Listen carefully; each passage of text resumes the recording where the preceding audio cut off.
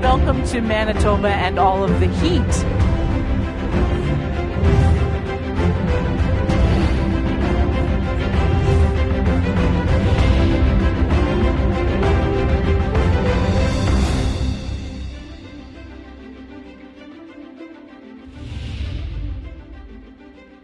Welcome to this panel discussion on being an intercultural church. And I suspect, may be joined by some other people as they continue to arrive back from some of the other workshops. I'm Jeff Cook, and I've been asked to serve as the moderator for this panel discussion. And we have 4 panelists with us this morning, and we have met all of them previously in this meeting. At the far end of the table, we have Hareem Park, who's a candidate and student at the Center for Christian Studies in St. Andrew's College.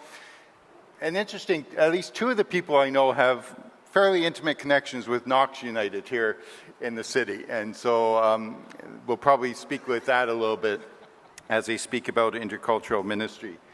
Damber Katka is going to be ordained tomorrow as part of our service of celebration. Graduate of the Atlantic School of Theology, was also a student minister at Knox United. Alan Lai, we've met, is the principal at the Center for Christian Studies, began that in October of 2022, is an ordained United Church minister, has served with both Chinese-speaking and English-speaking congregations, and formerly also taught at the Vancouver School of Theology. And the Right Reverend Dr. Carmen Lansdowne, who shared a lot more of her story last night than I could find on an internet search about you. So they are going to speak to us about being intercultural, and my intention is I'm going to ask them some questions. They'll each have a chance to respond. First, just what does it mean to be intercultural? And then to give each of them a chance to share some of their own stories, experiences of intercultural church, and then to talk about how we live into, what are the practices, what are the challenges, how do we become intercultural? And then open it up for some comments or questions from the floor. So I'm going to begin by asking, and whoever wants to start, and you can just move the mic around, our tech people will make whatever mic needs to work at the right time. If you can each say a bit about what does it mean to be an intercultural church? Okay, let me start. How should I begin? There's a myth out there that says there is a regular ministry, and then there is something called intercultural ministry, that one can choose. I don't think this conversation will give us anything until we recognize if we are not doing intercultural ministry, we are not doing ministry at all. If you have a problem with that, I suggest you make a formal complaint to the moderator.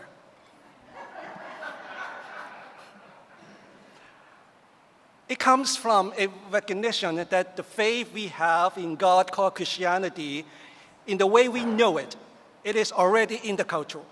That Jesus was a Jew, ate kosher food, observed Jewish calendar and festivals, worshipped the Creator on Fridays and Saturdays and not Sunday. And the book we call the Bible was written in Greek and Hebrew. Every time we partake the Holy Communion and have Jesus, a Jew, in our thought, we are already doing intercultural ministry. So to go forward, please don't debate whether we should be intercultural or not, because we are already an intercultural religion. None are not doing some form of intercultural work. The matter only is how well or poor we are doing it. The proper question should be, what kind of leadership is needed to allow us to do a better job?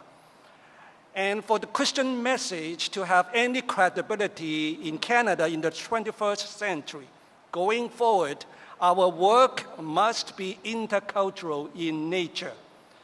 Because of the past Eurocentric Christian history and its domination, and the larger context of Canadian colonial past, as related to indigenous peoples and other immigrants, we have the responsibility to educate all of us to be better aware of the colonial legacy of Christianity and how it still affects us today. To critique the lingering power of colonialism, to engage in anti-racism and equity work, and to exercise real welcoming.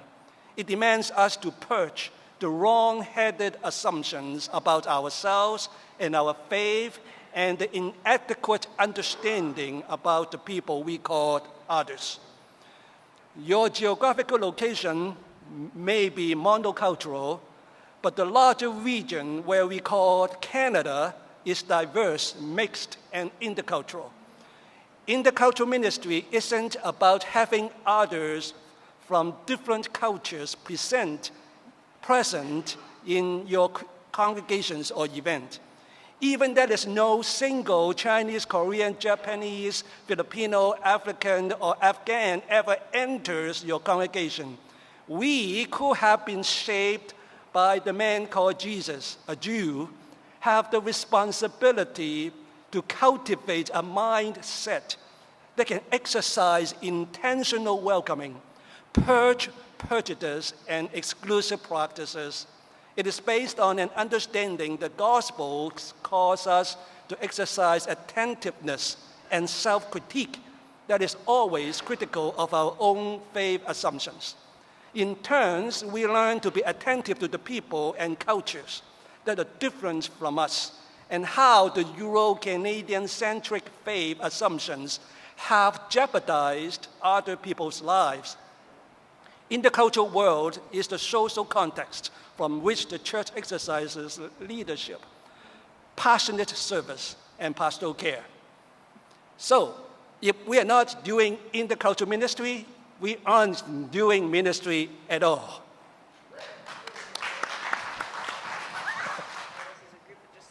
Oh, my name. I have so many names, but I'll give you this one. My name is Alan Lai. I was born and raised in Hong Kong, come to Canada when I was 19. I'm now the principal of the Center for Christian Studies. Thank you.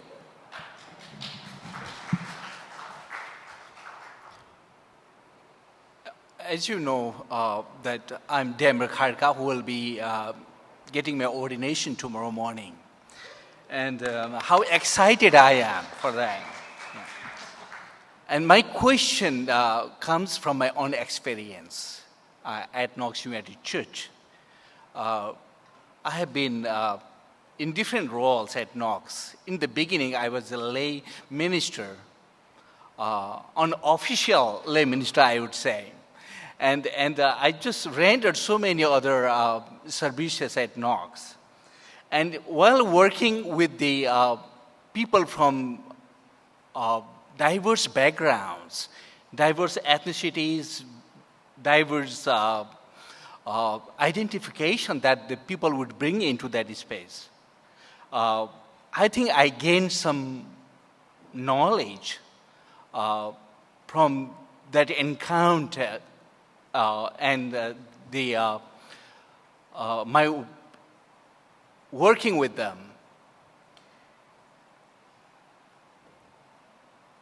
And what I found to be working so well while providing a service to people in the church or in the community where we are living would be just appear as non-judgmental person.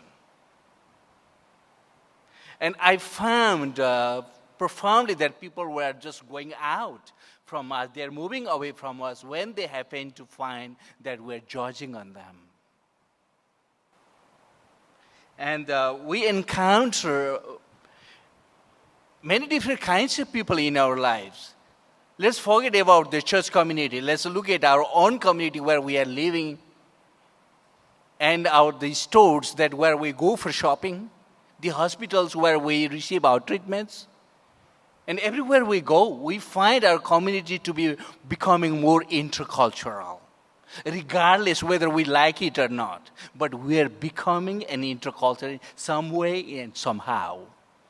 So, and it's something that intercultural is a space where everyone can feel belong. That people may be able to say that they belong to that space, regardless of who they are, what they bring, how they look like. And as part of the responsibility of individual or the community member or the minister or the congregant, it becomes our sole responsibility to create that space where everyone can feel being welcomed. Thank you.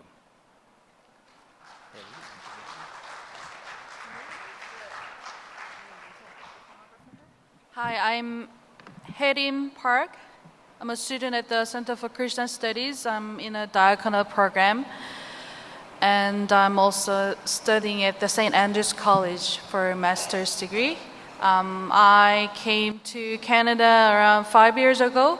And yeah, my partner, Yeselin Lee, she came here first to get a permanent residence. She worked for at the subway as a sandwich artist for more than 2.5 years to get a permanent residence. So we've been through a lot in Canada to survive here. So the question is, what is intercultural ministry for me? I can read what I found. Intercultural ministry involves a commitment to actively learn about and engage with different cultures, recognizing that each culture brings unique gifts, insights, and ways of worship. It requires sensitivity to cultural nuance and openness to dialogue and a willingness to challenge preconceived notions and biases. But for me, personally, I think being friends with newcomer strangers and new people could be a basic step for the intercultural ministry, I think.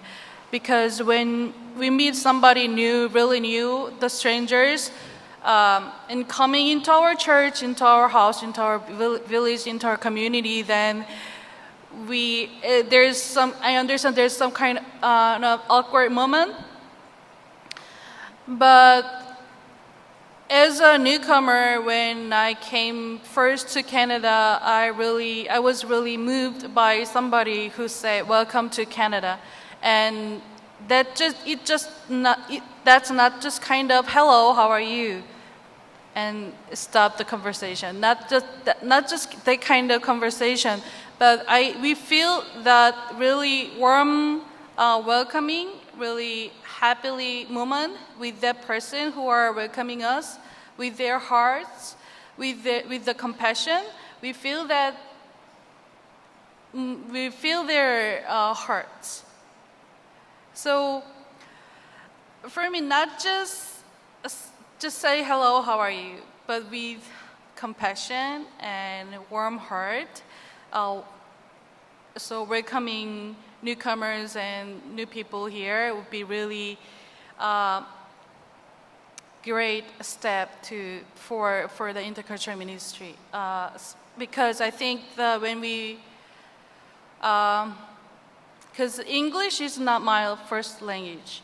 I have my own language, and it is so hard to communicate in English, your language. So I hope people who speaks English would approach first, ask questions, say hello, be interested in our language, culture, food, and anything. That would be good. That would be really good moment for, to be an intercultural ministry, I think. Thank you.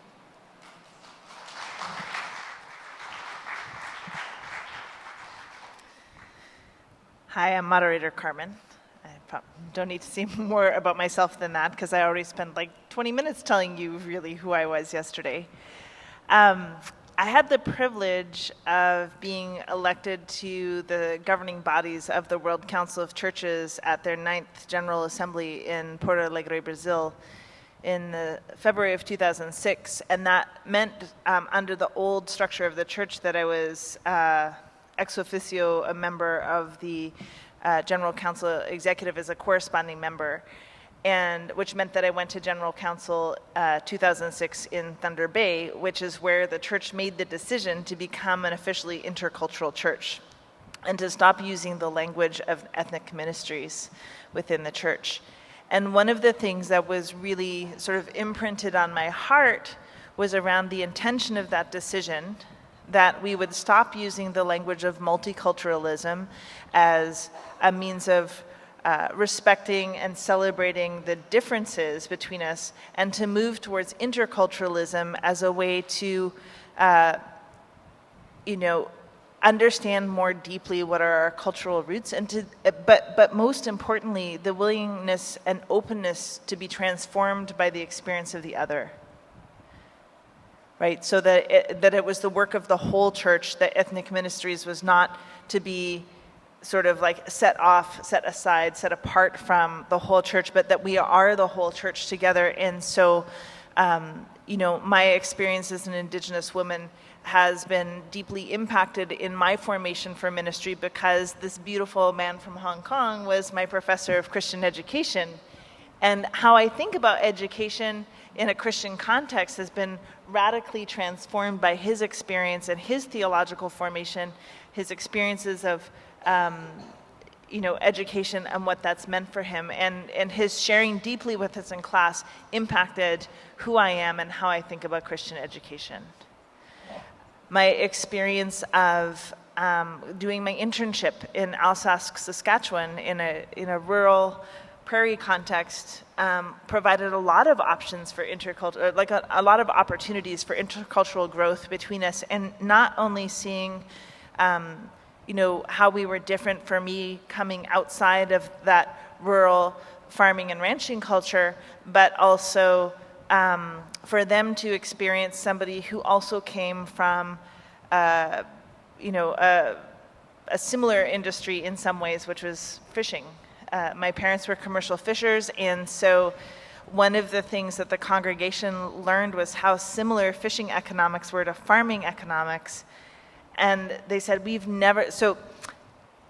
Marengo Pastoral Charge was this special place where when they could no longer afford a full-time ordained or ordered ministry personnel, they decided that they were going to become a learning site. There was a woman named Helen Thompson who passed away not that long ago, who went through the Ministry of Supervision training, became a lay supervisor, and there are many of us in the church that went through Marengo Pastoral Charge as candidate supply. And so I was, I think, like the 6th or 7th candidate supply candidate for ministry that went through that pastoral charge. And they said, we've never had a student who understood so quickly about the economics of our life and the sort of boom and bust culture of farming life, and how commodities pricing affects, and the price of wheat affects our daily lives, and what it means to live on a line of credit through your business because you didn't actually generate revenue for, there were so many things that were similar between fishing and farming. And, confronting their conceptions of what it means to be in the West, right? So one day at coffee hour after church, somebody came up to me and said, well, how do you like it out West? And I was like, well, since I had to drive 20 hours east to get here, I'm not sure that that's how I would describe where I am in location to where I'm from. So there were, we had a book club in my internship site where we were reading a book by a Canadian author. I can't remember her name, but it's called No Crystal Stair. And it was about a woman, the experience of a black woman who passed for white. So think of Meghan Markle, for example, who doesn't look like really obviously black. And it's engendered this whole conversation around passing novels and the literature, there's a whole genre of literature called passing literature. And an old farmer in our book club said, well, I don't get what this passing is. What is passing? And I said, well, it's like me. I identify as Indigenous. My people come from the temperate rainforest. We traditionally didn't have really dark skin, and so because my dad is white and my mom's Indigenous, I pass for white. Because unless I told you I was Heistach, you wouldn't know necessarily that I wasn't only an English descent Canadian. And he said, well, I don't care what you say. Until you show up to church in a buckskin dress with a feather in your hair, you're always going to be a little white girl to me. Which, was awful and racist. But it provided, and I wouldn't wish those experiences on anybody, but it was an intercultural moment for us as a book club to have luckily there were people other than me that kind of stepped into the conversation and said, well, now, Don, let's really unpack this a lot. But, that is the work of intercultural ministry. That is the work. It is not only for people who present as other in the church. And we have to be honest about how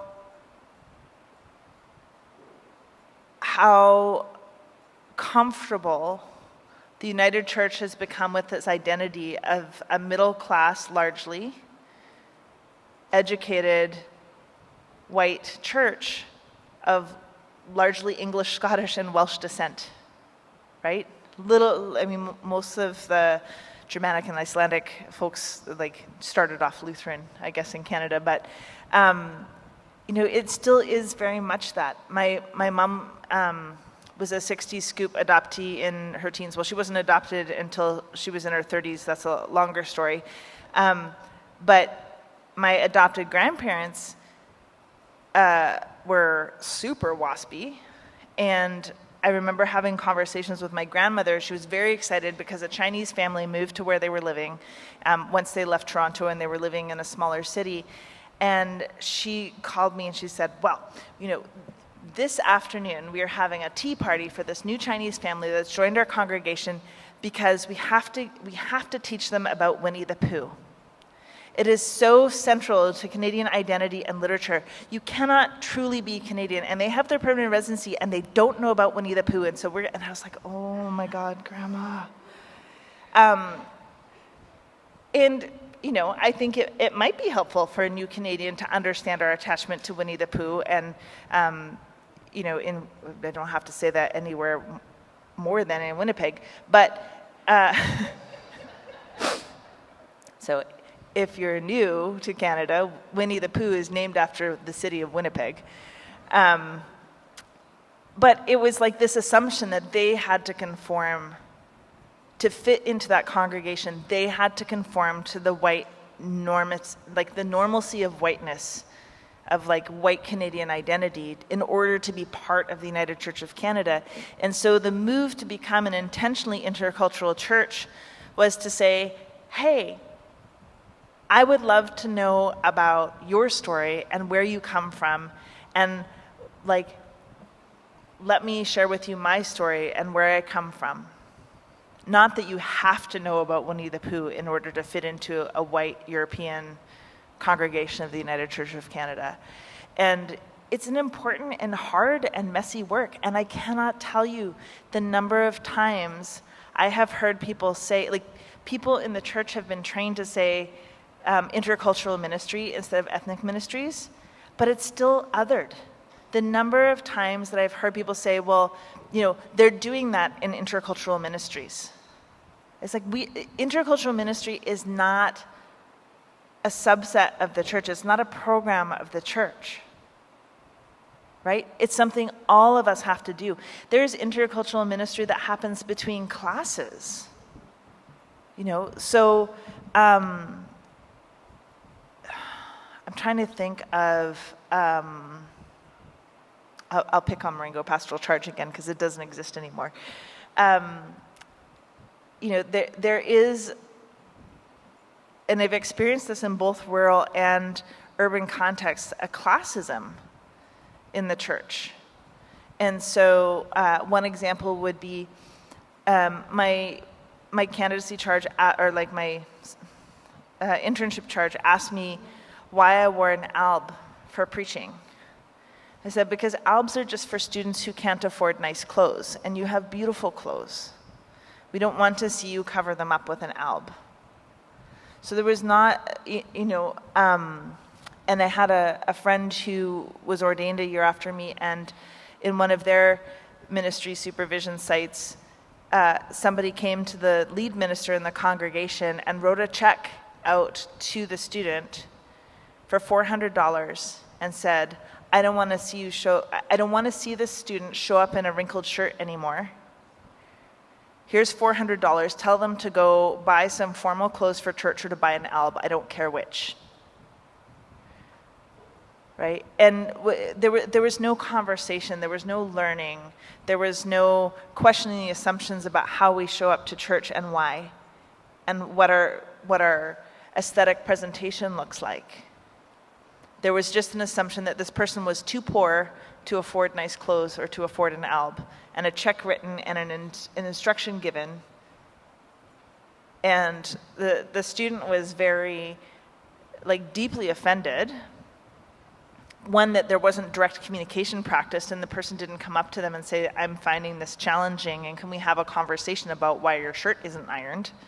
Which was actually the issue, not the quality of the clothes. But instead went around and the lead minister at the time had the grace to say, yep, that's an important conversation, and those kinds of things happen in the church all the time. Is that the ditch you really want to die in? Is that the justice issue that you're going to you also don't have a lot of power or leverage as a student? Is that the thing that you want to confront? And so the person was able to sort of just, deal with their own being offended, accept the gift of the money, go buy new clothes, and show up to church dressed differently on a Sunday. But that is a form of intercultural conversation about what is it that we expect to be normal and why. So for me, how I was shaped differently coming out of, I think all the best things happened at that General Council in Thunder Bay. We approved the Song of Faith, which is beautiful. And I encourage us all to use it more in the church because, I get it, it's long, it's an 8-page long poem. It's not the new creed there. You can we can all recite it together, but you can deconstruct parts of it and use it in the church. But the Song of Faith was approved. We approved our report on living faithfully in the midst of empire. And then we also made this decision to be an intentionally intercultural church that we are still living into really imperfectly. Every time we have a conversation about why the Indigenous church has not accepted our apology, and I'm saying our as in the office of the moderator, every time we have that conversation about what needs to happen in order for that apology not to just be received but accepted, that is an exchange of intercultural ministry. So I really encourage us to all take on the mantle of what does it mean for me to be a member of the United Church of Canada that has made a decision to be intentionally intercultural, to question our own assumptions and understandings of who we are and where we come from, and not just that my own context is normal, and especially those who are othered is abnormal, which is not what we would normally say, right? But we say, well, why can't they just do something like a normal person? Is what's implied is that it's abnormal. The last thing I will share is the General Secretary laughs at me all the time because the first time that I shared openly that I identified as bisexual was at the fall meeting of the UCW presidents. He was like, oh, Carmen. Yeah. I was like, oh, they're fine. And he's like, I'm sure some of them died a little. But so I had done this, and then it wasn't in my notes. I had prepared remarks to talk to them at their national meeting. And I was sharing the story of passing, and I said, and I have to say, I also pass as a cisgendered heterosexual person because I've been married to a man, and that's who I chose to partner with and raise my family with. And it was not, in some ways, it is easier to pass as straight, but I have to say that is not my sexual orientation. And so then I shared this experience when I was preaching with the Board of Vocation at their first national meeting in September last year, and a 70-year-old woman came up to me and with tears in her eyes and said, I never in my life thought we would have a moderator who shared my story as a woman who has lived in this church, as a cisgendered woman married to a man, identifies as bisexual. She was like, I cannot tell you how much it means that you shared that. And if she hadn't had the courage to come up and tell me that, I wouldn't. It is easier to pass as heterosexual. And I haven't lived into, being out as bi, although several years ago I changed my personal profile on my Facebook page to say that. But her sharing with me deeply impacted me and made me think, I don't get to, it is important for me as the moderator to own being bi because of the whole politics of bi-erasure and,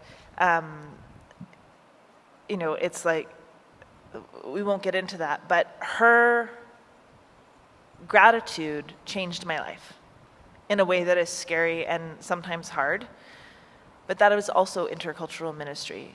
So I really want us to break out of this idea of intercultural ministry is just like a new name for ethnic ministries, because it's so much more and so much better for all of us than that. So thank you.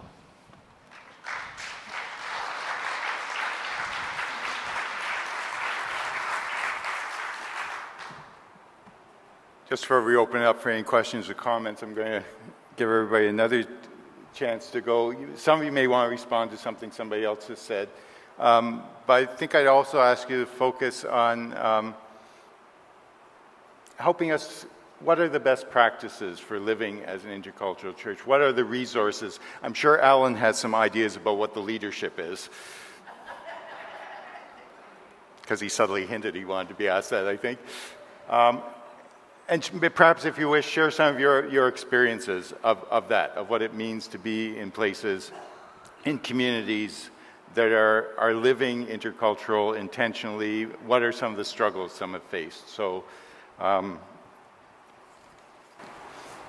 don't know, hey, Reem, would you like to start first, and then we'll go down? As a rep from Prairie to Pine Regional Council to Western Intercultural Ministry Network, a cluster that is formed in order to bring the dialogue to the faith communities and work on the working group at the different regional councils and communicate this, whatever is happening within the regions, to be communicated with the General Council. We have been working on it, and I'm one of the other member from Prairie to Pine Regional Council to WIMN. I'm rep for that.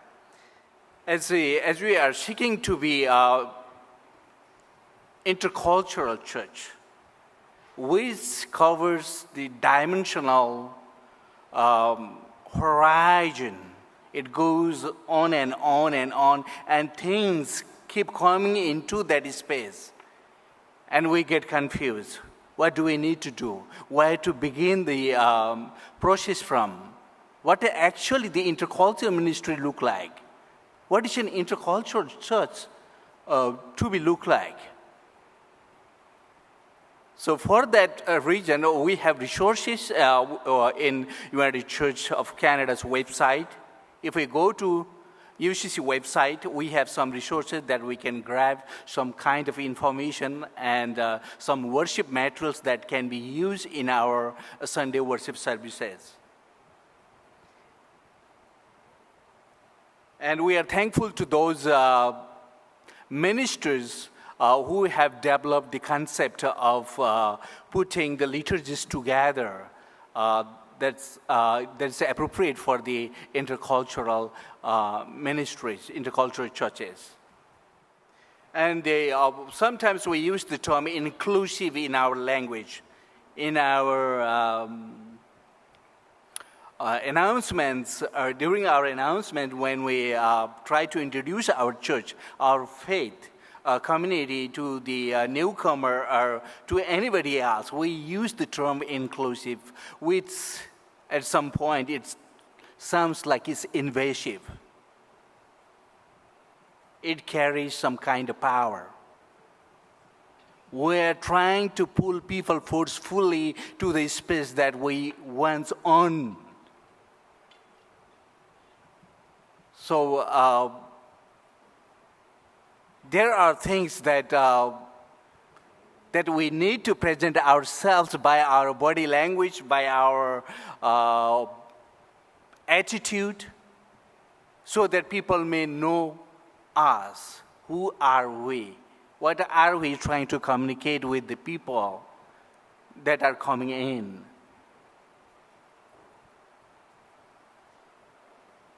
And in my research project for my graduation at the Atlantic School of Theology, I did my research on intercultural church, actually intercultural music. And I have developed a video on YouTube, which is part of my requirement to be graduated. And I can send that video file to Prairie to Find Regional Council to be posted in our website so that everyone can see that and leave us a comment so that we can improve ourselves, right? Please take the note of that. And if you need any kinds of help, any kinds of assistance, or if you want to know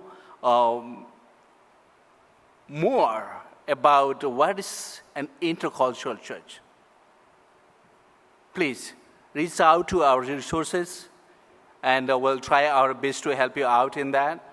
Even though we are learning ourselves what is intercultural church, we'll be working together toward finding the right pathway. So I want to end here my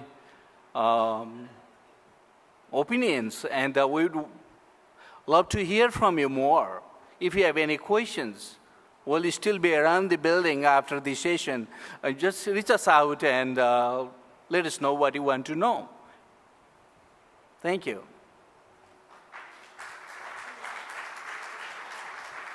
I have various kinds of experiences with white folks, as I'm the only Asian student at the Center for Christian Studies.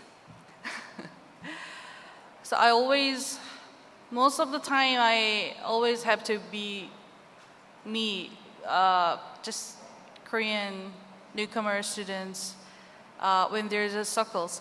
And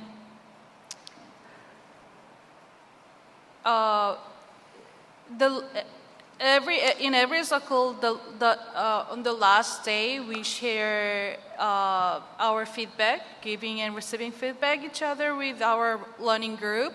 And I always heard that, hey, Rim, I want to hear from you more. I want to learn from you. You have a lot within you. You have a lot of gifts and experience and wisdom, everything.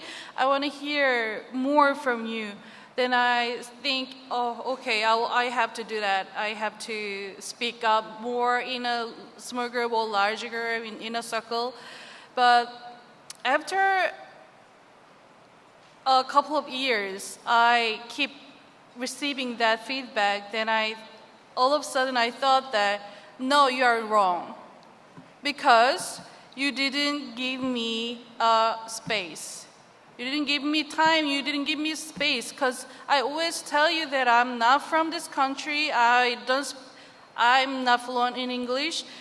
And I'm learning a lot, and I was raised in a teacher-centered education system in Korea. We always just sitting there, we don't ask, we just listen to teachers, we just do whatever teachers want us to do. And I am still learning how to think critically in here, how to ask questions about this form, in this structure, who has power, and what's the power dynamic in this group, in every room, wherever I go. Then I just thought about the students giving me that feedback wrong, because they didn't give me a space. They didn't ask me a question. I try to interrupt their conversation because that's the only way I can speak up. I can share my ideas and things.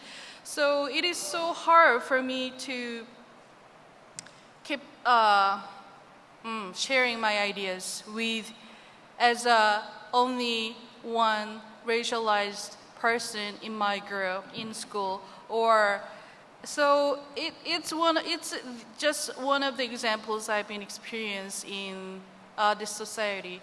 And another one is actually I was in the Korean United Church, but it's a little different because people from Korea, they bring their own culture, hierarchical thoughts, ideas from Confucian culture in Korea.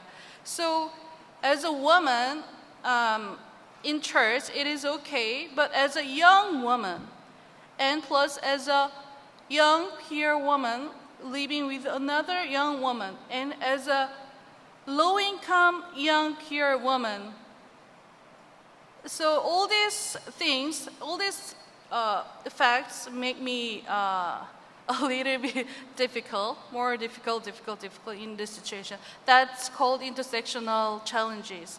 So wherever I go into Korean church, it is so good to speak Korean. It's so good to share our food so freely. But there is also difficulties, challenges for us as who I am, living in Canada. Because we all influenced by Confucian culture, hierarchy, there's also there. So if you are a middle-aged man, if you are a minister, you have more power. If you're elder, you have more power.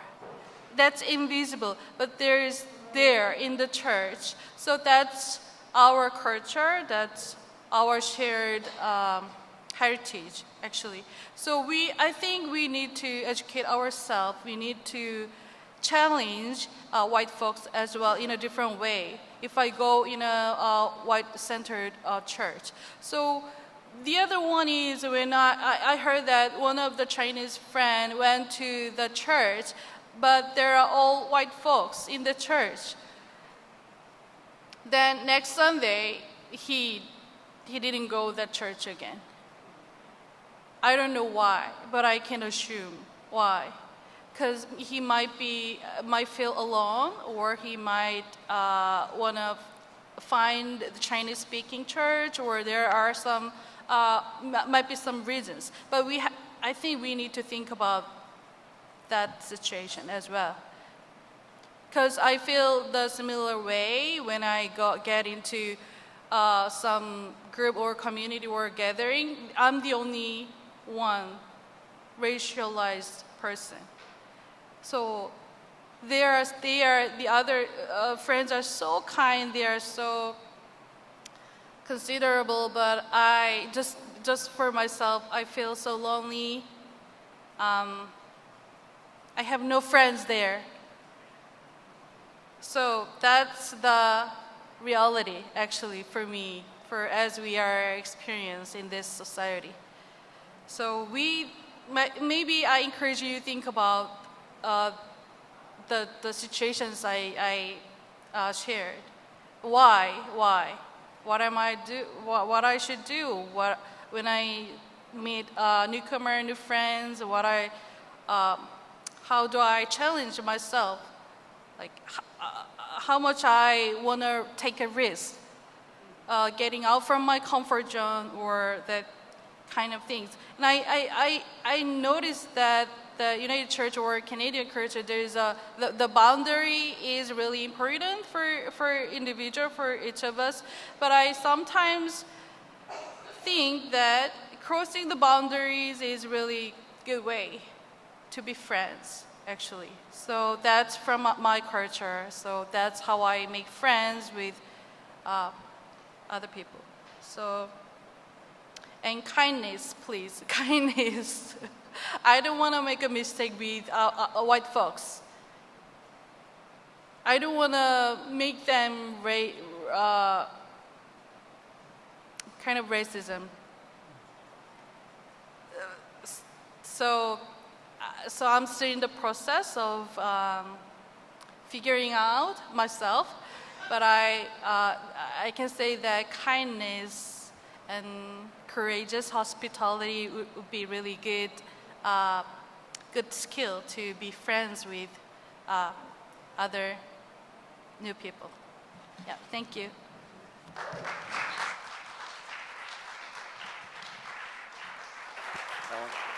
Well, let me be brief, and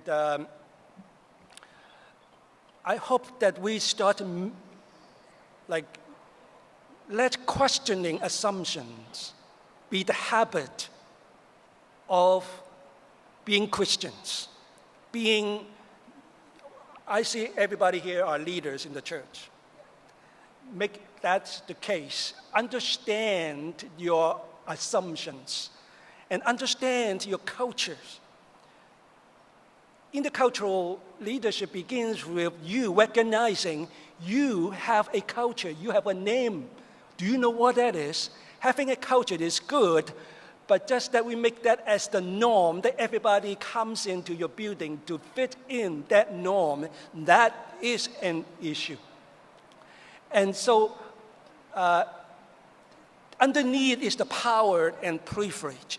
So make it, to address it that way. So I just want to make a little bit comment. Yesterday I said that CCS is exploring the idea of intercultural leadership. At the back of our minds, there are always several ways to do it. One is, that's easy. You create a course called Intercultural Leadership and you invite everybody to come and study. That is one way. That's not easy. It is easy and that can be done. But the other is, it is not a course. It's a way of being. Should CCS be transformed in all the ways that we do, the way we talk to one another, the way we conduct business, have intercultural in mind? That is what you could do in your church. No Chinese coming to your building, no Koreans, that's not the problem. Create a mindset where the way you relate to one another, be intercultural. That's something that you can do, and in the process, critique, deeper understanding the cultural heritages that you receive and how they embedded in the way you do church. That is the beginning of things, and maybe something practical to do, which is do some public exchange in your area. Then you might have other ministers, other culture, make a swap, one Sundays or create some learning, activities so that you intentionally invite others who normally won't come to your space. Not that to entice them to enter, to be the members of the congregation, but to learn. And I think for us, it'll be good because we are immigrants. We come here, we know that is something about Canadians and the culture, and we spend our lifetime trying to fit in, trying to be welcomed, trying to show you that I can do it. Take me. You need to understand that kind of struggle and mindset, and they work extra hard. These people work extra hard to show that they belong here. The moment you recognize it, it's up to you how you want to do it. So my tagline still is, if you're not doing intercultural ministry, you're not doing ministry. Yes, there you go.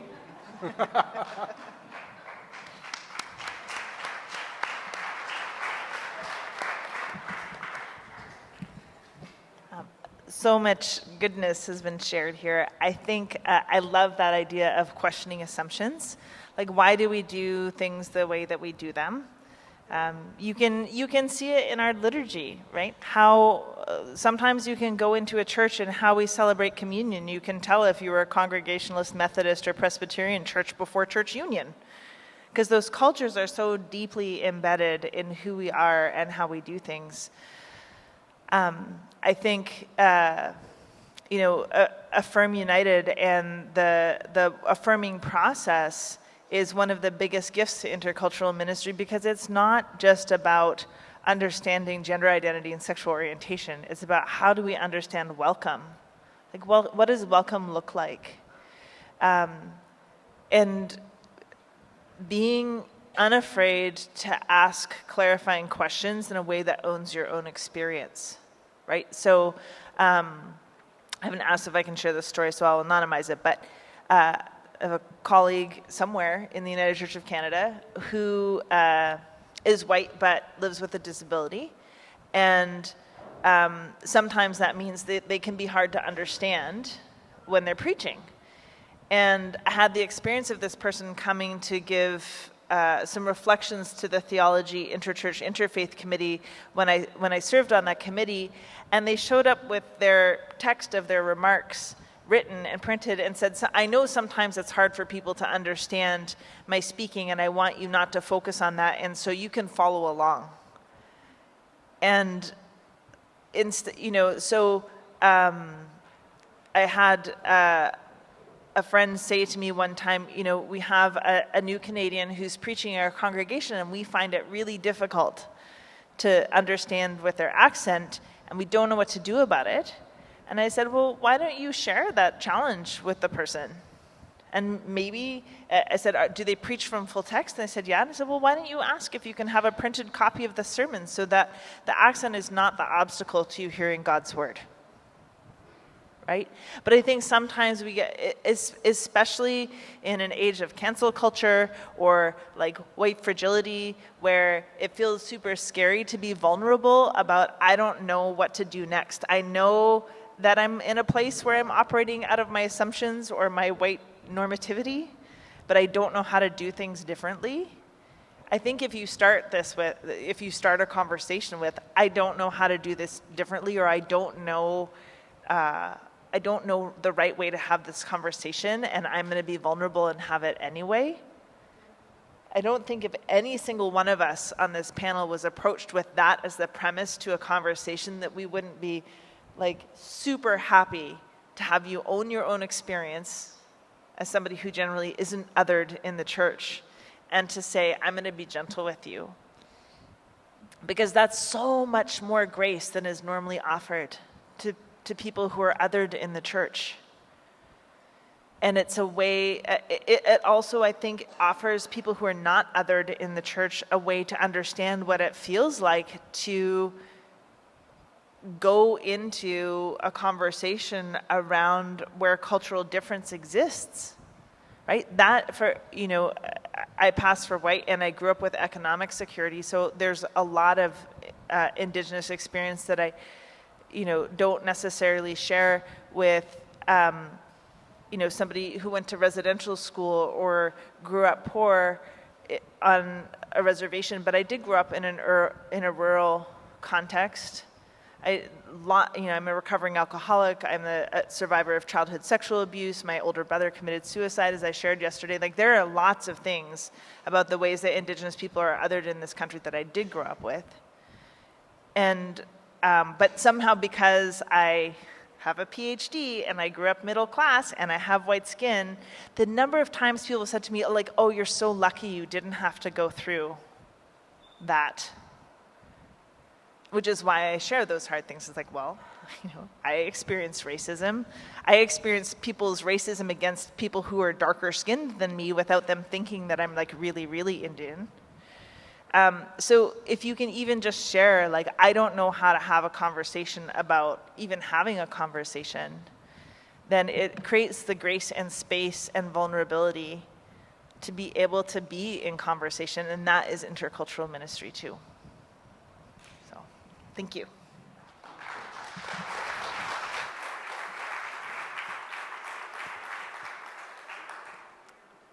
Thank you. I will admit, I probably somewhat naively, when I was asked to moderate this panel, started thinking, how many questions will I need to ensure that our panelists will say enough to fill our time? And the question was, I probably didn't need any questions. Thank you for sharing your faith, your passion, your vision, your compassion. I want to honor our time, so don't think we're going to open for questions, but I know they would not only be willing, but eager to talk to anybody who wants to come up and continue these conversations with them. So on behalf of all of us, let us again thank these marvelous people.